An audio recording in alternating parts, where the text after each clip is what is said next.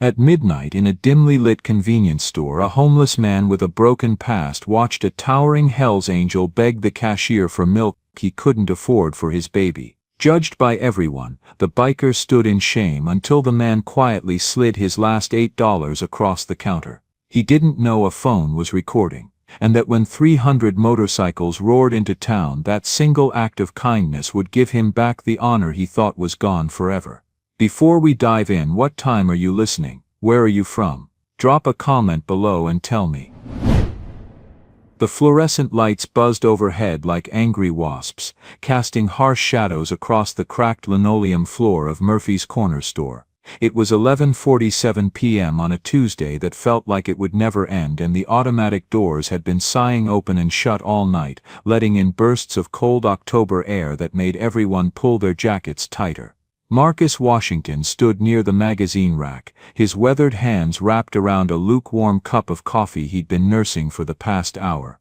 At 55, he moved through the world like a ghost, quiet, careful not to take up too much space. His clothes hung loose on his thin frame, clean but worn soft from too many washings at the laundromat down the street. No one looked at him directly. They never did, but Marcus was watching. He was always watching. Near the checkout counter, a mountain of a man in a black leather vest was getting loud. Jake Miller had the kind of presence that made cashiers nervous and mothers pull their children closer. Hell's Angel's patch stretched across his broad back, faded from years of highway wind and rain. His basket sat heavy on the counter. Bread, milk, canned soup, baby formula. Groceries for tomorrow's breakfast, not the makings of trouble. Come on, man. Just try it one more time. Jake pleaded with Sarah Chen, the 20-something cashier whose name tag sat crooked on her green polo shirt.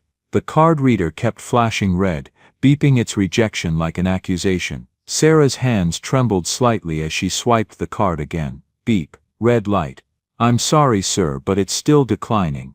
Do you have another form of payment?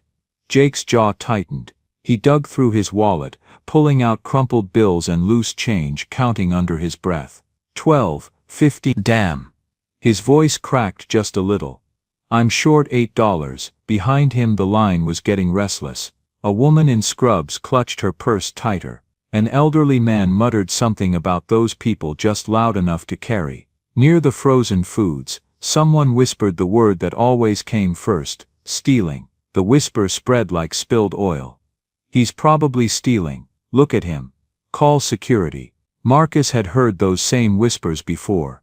He knew exactly how they burned. Sarah glanced toward the back office where her manager was counting register receipts. Her finger hovered over the panic button hidden beneath the counter. I need to call my manager. No, please, Jake said, and for a second the tough biker facade cracked completely. Look, I'll put something back. The formula, keep the formula. My daughter needs it. That's when Marcus stepped forward. 20 years ago, Marcus Washington had owned the finest hardware store in 3 counties. Washington Hardware sat on the corner of Maple and 5th, a squat brick building that smelled like sawdust and possibility. Neighbors came for nails and paint, but they stayed for Marcus's easy laugh and the way he'd wave off payment when times were tough. Get it to me when you can, he'd say. And somehow people always did. Marcus had built more than a business, he'd built trust. When Mrs. Foster's porch steps rotted through one winter, Marcus showed up with lumber and his tools, refusing payment until she cornered him with a homemade apple pie. When the Hendersons' boy broke their basement window with a baseball, Marcus cut them a deal on glass and installed it himself because accidents happen to good kids. The store had been his father's dream, passed down like a sacred trust. Marcus expanded it, added a small rental section for power tools, hired 2 part-time employees from the neighborhood.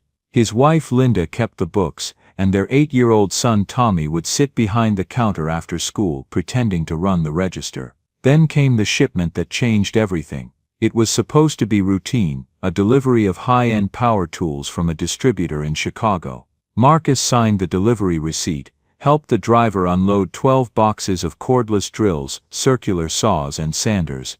Premium stuff that would sell well to the contractors who trusted Washington Hardware. By the next morning, half the boxes were gone.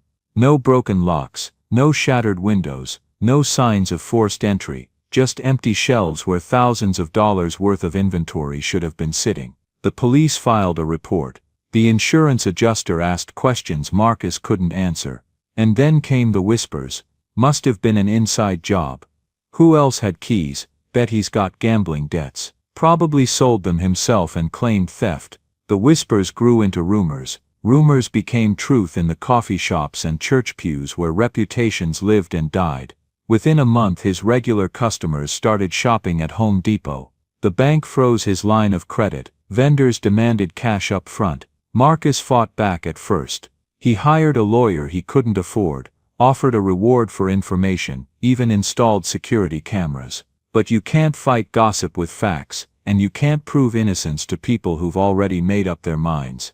6 months later, Washington Hardware went dark. A year after that, Linda packed her bags and took Tommy to her sister's house in Ohio. She kissed Marcus goodbye at the front door of their foreclosed home, tears streaming down her face.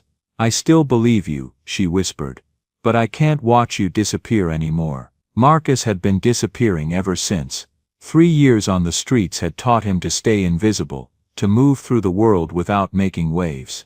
He slept behind Murphy's corner store most nights, on cardboard that stayed dry when the rain wasn't too heavy. The owner, Tom Bradley, pretended not to see him there. Now, watching Jake Miller's shoulders hunch with shame, Marcus saw himself 10 years younger, standing in his own store while whispers cut him down to nothing. He reached into his coat pocket and pulled out 8 crumpled dollar bills, every cent he had left from the aluminum cans he'd collected that week. They were damp from the rain that had soaked through his jacket, soft as tissue paper from being folded and unfolded too many times. Without a word, Marcus walked to the counter and placed the bills next to Jake's basket. "I've got it," he said quietly. The store went silent except for the buzz of fluorescent lights and the hum of the refrigerated cases. Jake stared at the money, then at Marcus, his mouth opening and closing like a fish out of water. "No man, I can't, you can." Marcus's voice was steady, weathered by years of speaking to empty rooms. "Take it." Sarah's eyes darted between the two men, unsure of the protocol for kindness. Behind them, the line had stopped shuffling. Everyone was watching now. Jake tried to push the money back. "You don't understand, I'll pay you back." "But don't need you to." Marcus turned to face the crowd of onlookers, their faces a mixture of curiosity and judgment. He lifted his chin the way he used to when he gave estimates to contractors, when his word meant something in this town. "You look at him and see trouble because of the leather," Marcus said, his voice carrying to every corner of the store. "You look at me and see worthless because I don't have a home. But how many of you would empty your pockets for a stranger?" The silence stretched like a held breath. "How many of you cross the street when you see me coming? How many times do you push people down just so you can feel like you're standing taller?" A woman near the bread aisle looked at her shoes. The elderly man stopped muttering. Even the music seemed to quiet down, as if the building itself was listening. Marcus picked up Jake's basket and handed it to Sarah. "Ring him up." Outside, the October air bit at their faces as automatic doors wheezed shut behind them. Jake caught up to Marcus in the parking lot, clutching the plastic bag of groceries like a lifeline. "Why?" Jake's voice was rough around the edges, thick with something he hadn't felt in years. "You don't even know me." Marcus stopped walking. Under the yellow streetlight, his face looked tired but peaceful, "because somebody should have done the same for me once." Jake shifted the bag to his other hand, leather jacket creaking in the silence. He wanted to say more, wanted to explain that he wasn't what people thought, that the patch on his back used to mean something better than fear. But the words felt too small for the moment. "Name's Jake," he said instead. "Marcus." They stood there for a minute, two men who understood what it meant to be judged by their covers. Then Jake reached into his wallet and pulled out a business card, worn soft at the edges. "Miller's Auto Repair," he said. "It's not much, but if you ever need anything." Marcus took the card, feeling its weight. "Thank you." Jake climbed onto his bike, a battered Harley that had seen better decades. As he kicked it to life, the engine coughed and rumbled like an old dog finding its voice. "Marcus," Jake called over the engine noise, "that thing you said back there, about somebody should have done the same for you, what happened?" Marcus folded the business card carefully and slipped it into his coat pocket, right next to the empty space where $8 used to be. "Long story," he said. "Maybe I'll tell you sometime." As Jake's tail lights disappeared into the night, Marcus didn't see the teenager in the back seat of a parked car, cell phone pressed against the window, finger hitting stop recording on a video that would change everything. Emma Rodriguez was 17 years old and had more followers on TikTok than her high school had students. She'd been waiting for her mom to finish her night shift at the hospital when she witnessed the most beautiful thing she'd ever seen, a homeless man giving his last $8 to a biker everyone was afraid of. Her hands shook as she edited the video, adding simple text overlay. "Homeless man uses his last $8 to pay for stranger's groceries after store accuses him of stealing." She posted it at 12:23 a.m. and went to bed. By dawn the video had 10,000 views. By lunch it was trending. By dinner it had crossed into the millions, shared across every platform where stories of human kindness fought for space against the daily dose of rage. The comments section was a battlefield. "Fake staged. Homeless guy probably stole that money." But for every cruel word, 10 more poured in with a different message. "This made me cry. Faith in humanity restored. I knew a man like this once. My father was Marcus, my brother was Jake, 3 states away, in a clubhouse that smelled like motor oil and brotherhood." Big Mike Morrison was scrolling through his phone when the video stopped him cold. At 300 pounds with arms like tree trunks, Big Mike had been the president of the Midwest Hells Angels for 15 years. He'd seen every kind of story about bikers, most of them lies designed to sell newspapers or justify fear. But this was different. This was one of his own. Jake Miller from the Detroit chapter, standing humiliated in a grocery store while a homeless man with nothing gave him everything. Big Mike called an emergency meeting. 50 leather-clad men filled the clubhouse within an hour, bikes lined up outside like a metallic army. They watched the video in silence, some shaking their heads, others wiping their eyes when they thought no one was looking. "This is about respect," Big Mike announced when the video ended. "This man, this Marcus Washington, he stood up for Jake when nobody else would." He saw past the patch to the man underneath. Nods around the room. These men knew what it meant to be judged by colors and leather, to have people cross streets and clutch purses when they walked by. "Jake says the man's homeless, living behind some store in Detroit, says he lost his business years ago to rumors and lies." Big Mike's voice carried the weight of command. "Brothers, what do we do when someone shows respect to our family?" "We show respect back," came the unified response.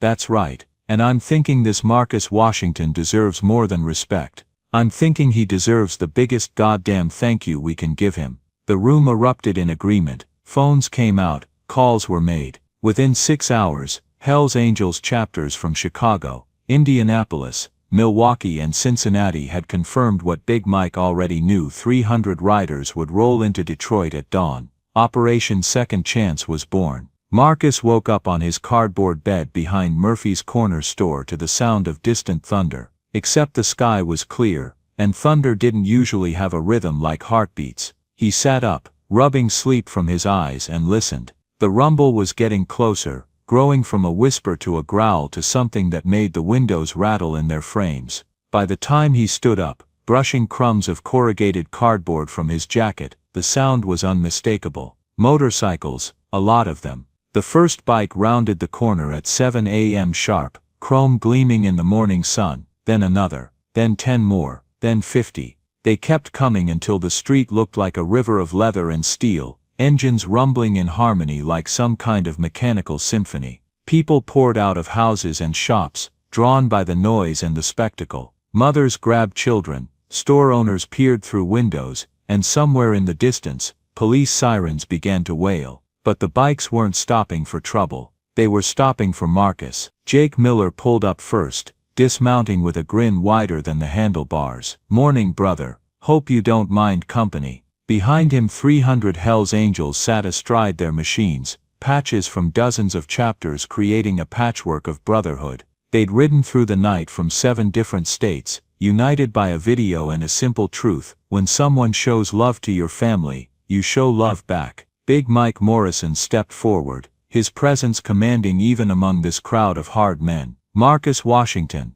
Marcus nodded, still trying to process the scene in front of him. 300 bikers had come to his alley behind a convenience store. It felt like a dream, or maybe a very elaborate mistake. "Son, my name's Mike Morrison, and these are my brothers. We saw what you did for Jake here, and we've got something to say about it." Mike's voice carried across the parking lot, silencing even the rumble of idling engines. "What you did in that store, standing up for a man when everyone else was ready to tear him down, that's not just kindness, brother, that's courage. That's what family does for family."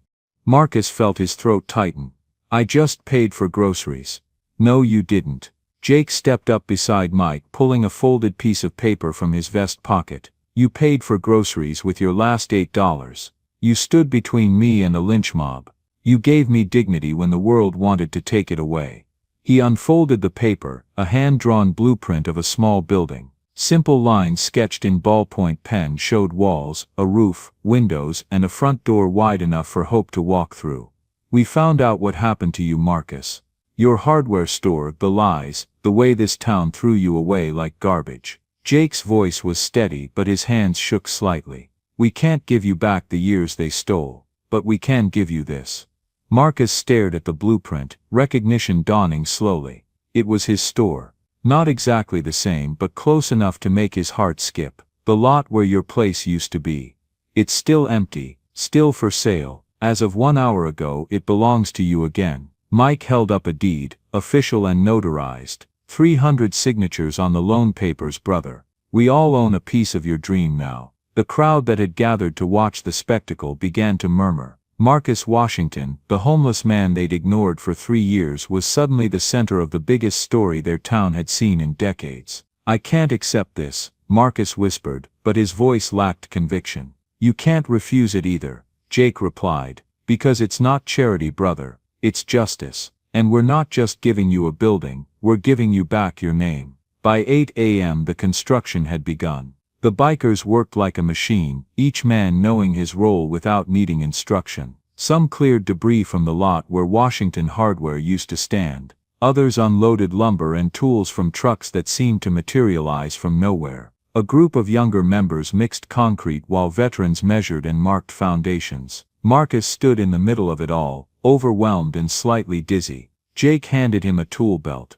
Worn leather, soft from years of honest work. "You're not watching this happen, brother. You're making it happen with us." For the first time in 3 years, Marcus Washington picked up a hammer with purpose. The work progressed with impossible speed. Foundations poured, walls framed, electrical run through studs that still smelled like the forest they came from. The bikers worked in shifts, some heading home to jobs and families, others riding in to take their place. The convoy was constant, leather and chrome flowing in and out like a tide of brotherhood. As the sun climbed higher, something else began to change. The neighbors who had watched from a distance started moving closer. Mrs. Helen Foster, the elderly woman who lived across the street, approached cautiously with a pitcher of iced tea. "For the workers," she said quietly, not quite meeting Marcus's eyes. Sarah Chen from the corner store arrived with her mother carrying boxes of sandwiches. "From Murphy's," she said. "Tom said to tell you it's on the house."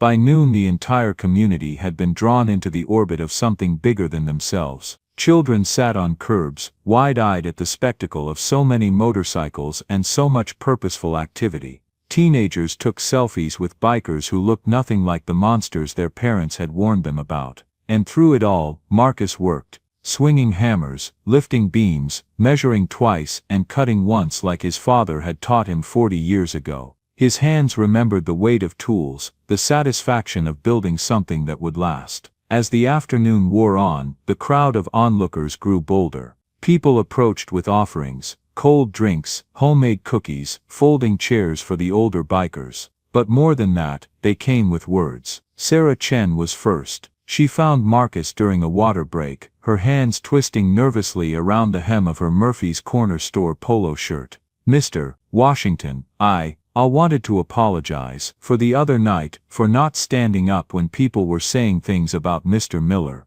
for not standing up for you either." Marcus set down his water bottle and looked at her, really looked. She was maybe 22, working nights to pay for community college, probably making $8 an hour to deal with every kind of person the city could throw at her. "You were doing your job," he said. "Nothing to apologize for."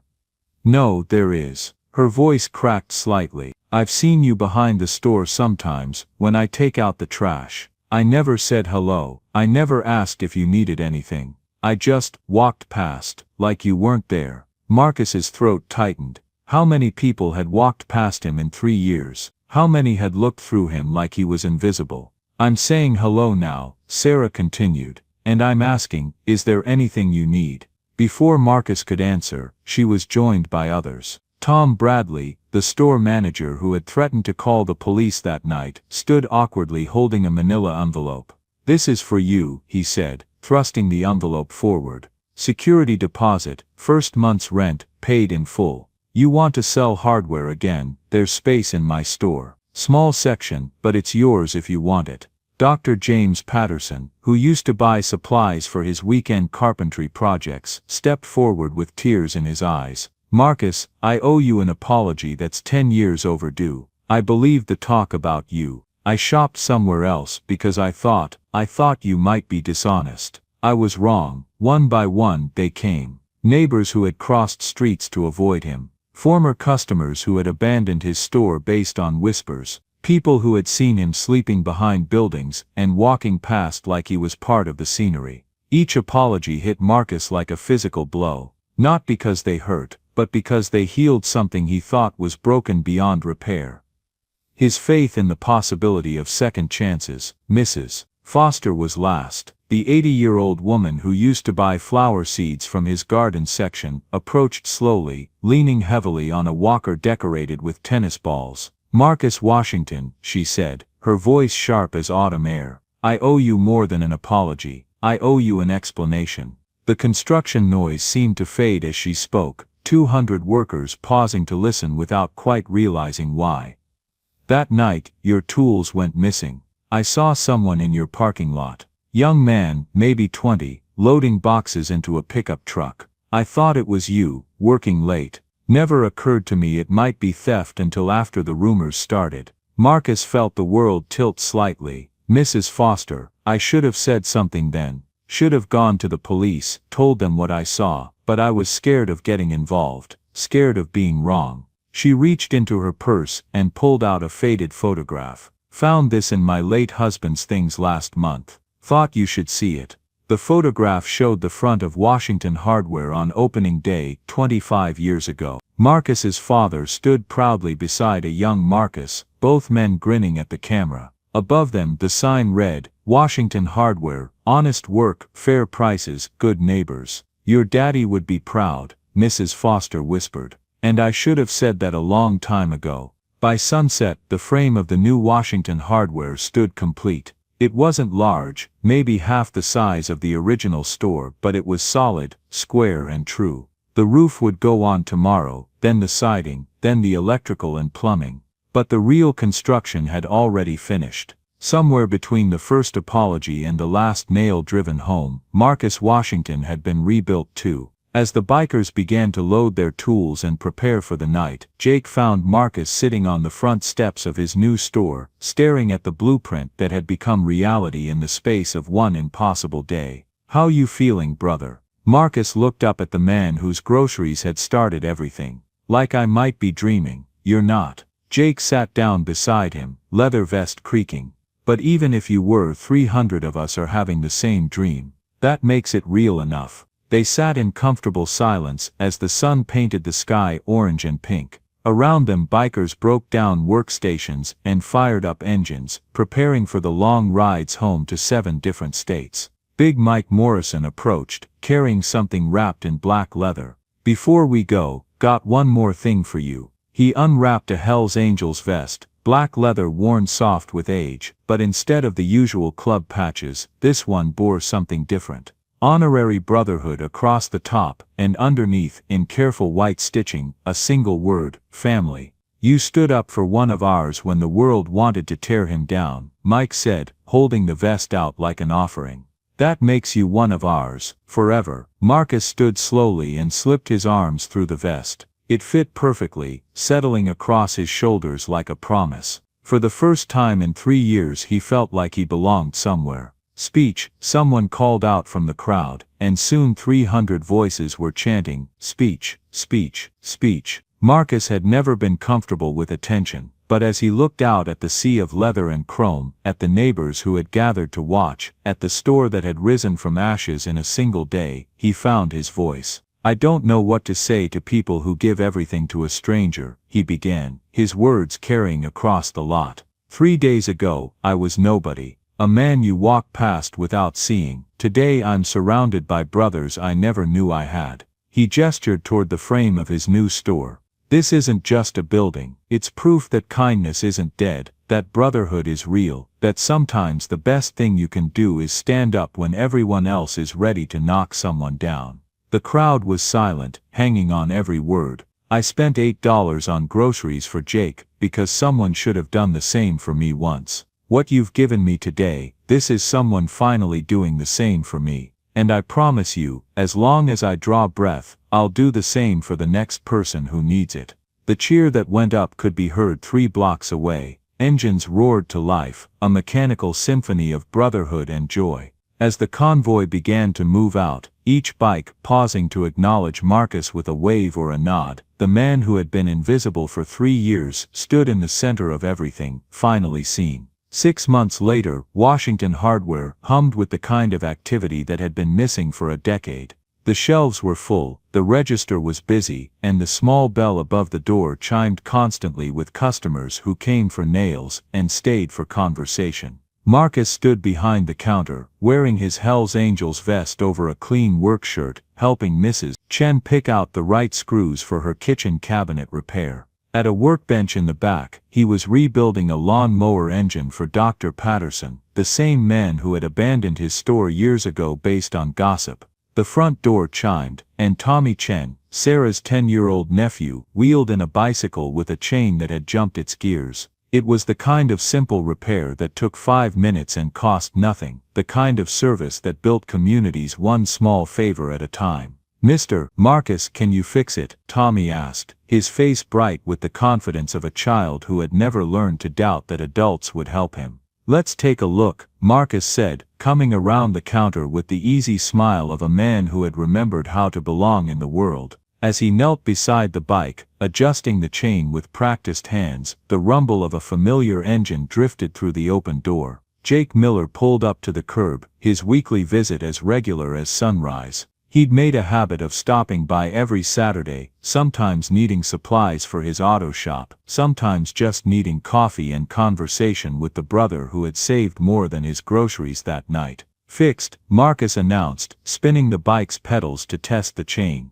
"Good as new." Tommy beamed and pedaled out into the afternoon, calling, "Thank you," over his shoulder. Through the window, Marcus watched him ride past a group of teenagers who stepped aside respectfully, not because they feared the boy, but because they respected the man who had fixed his bike. Jake walked in, pulling off his gloves, and looking around the store with satisfaction. The inventory was fuller now, the displays more organized, the whole place humming with the energy of a business that mattered to its community. "Looks good in here," Jake said, accepting the cup of coffee Marcus had poured without being asked. "Feels good too." Marcus leaned against the counter, watching the afternoon traffic through windows that stayed clean now, in a store that stayed busy. "Sometimes I still can't believe it's real." "It's real because you made it real," Jake replied. "That night in the store, you had a choice. You could have stayed invisible, let me take whatever was coming. But you stepped up, you stood between me and a mob, and you did it with your last $8. Marcus shrugged, the way he always did when people tried to make him into a hero. Just seemed like the right thing to do, maybe. But the right thing changed everything. For me, for you, for this whole damn town. Through the window, they could see the effects of that $8 decision rippling outward. The lot across the street, empty for years, now hosted a community garden that Mrs. Foster had organized. The teenagers who used to loiter with nowhere to go now gathered at Washington Hardware after school, helping Marcus with small repairs in exchange for job skills and the kind of guidance that built character. Sarah Chen had been promoted to assistant manager at Murphy's Corner store, partly because she'd learned to see people as more than their circumstances. Tom Bradley had instituted a policy of keeping coffee and sandwiches available for anyone who needed them, no questions asked. Even Dr. Patterson had started a small lending library of home repair books at his medical practice, inspired by Marcus's example of giving freely without expectation of return. As closing time approached, Marcus began his end-of-day routine, sweeping floors, counting the register, locking up inventory. Simple tasks that felt like small miracles every single day. The door chimed one last time, and Linda Washington stepped inside. Marcus froze, dustpan halfway to the counter. His ex-wife looked older than he remembered, gray threading through her dark hair, but her eyes held the same warmth that had fallen in love with a young man's dreams 25 years ago. "Hello Marcus," Linda, his voice caught on her name. "What are you? How did you?" "I saw the video," she said quietly. Everyone saw the video. Tommy wanted to come see his father's store. Behind her, a 17-year-old young man stepped into view. Marcus's son had grown tall and lean, with his father's careful eyes and his mother's stubborn chin. He wore a Letterman jacket from his Ohio high school, and looked around the store with curiosity rather than resentment. "Dad," Tommy's voice was uncertain but not hostile. "Mom says you built this place back up from nothing." Marcus set down the dustpan and walked slowly toward his family, afraid that moving too fast might make them disappear like a mirage. "I had help. A lot of help. The bikers," Tommy said, and there was something like admiration in his voice. 300 of them, Mom said. "They came because you stood up for someone." "They came because it was the right thing to do," Marcus corrected. "Same reason I helped their friend. Same reason anyone helps anyone." Linda reached out tentatively and touched the Hells Angels vest Marcus wore, her fingers tracing the honorary brotherhood patch. "I never thought I'd see you in one of these. I never thought I'd deserve one." Marcus replied, "Turns out family comes in all kinds of packages." They stood there for a long moment, three people who had once been everything to each other, trying to figure out how to navigate the space between past hurt and possible futures. "We came to see if," Linda started, then stopped. "Tommy's graduating in the spring. He wants to study business, maybe learn about running a store." Marcus felt his heart stop. "What are you saying?" "I'm saying maybe Ohio isn't where we belong anymore," she said quietly. "Maybe home is wherever you are, as long as you're the man I fell in love with. The man who gives his last $8 to a stranger because it's the right thing to do." As the three of them stood in the golden light of a store, rebuilt on kindness and brotherhood, Marcus understood that some stories don't have endings, they just have new beginnings. His had started with 8 crumpled dollars and a choice to stand up when it would have been easier to stay silent. The rest, as they say, was just details. Outside, the sun set over a town that had learned the difference between judging and justice, between fear and understanding. And in Washington Hardware, a family that had been broken by lies was being healed by truth, one conversation at a time.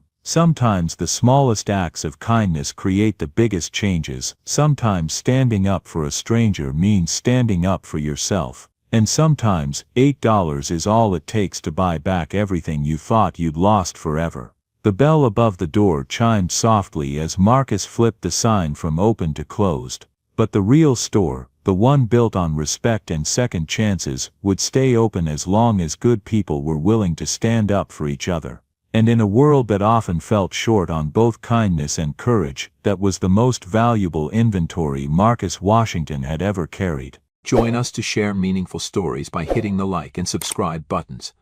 Don't forget to turn on the notification bell to start your day with profound lessons and heartfelt empathy.